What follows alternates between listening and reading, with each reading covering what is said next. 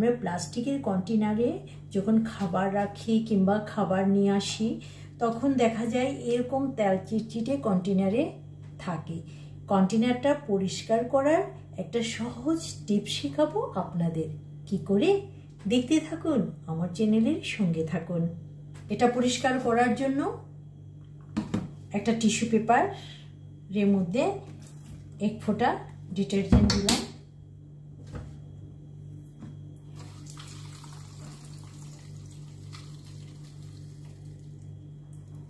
পানিতে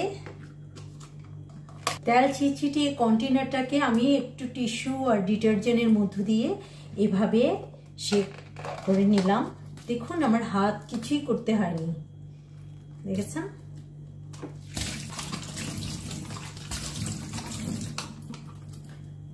কতটা পরিষ্কার হয়ে গেছে, কত সহজে, কোথাও কোনো তেল চর্বি লেগে নেই এবং স্পঞ্জ কিংবা গরম পানিরও প্রয়োজন নেই।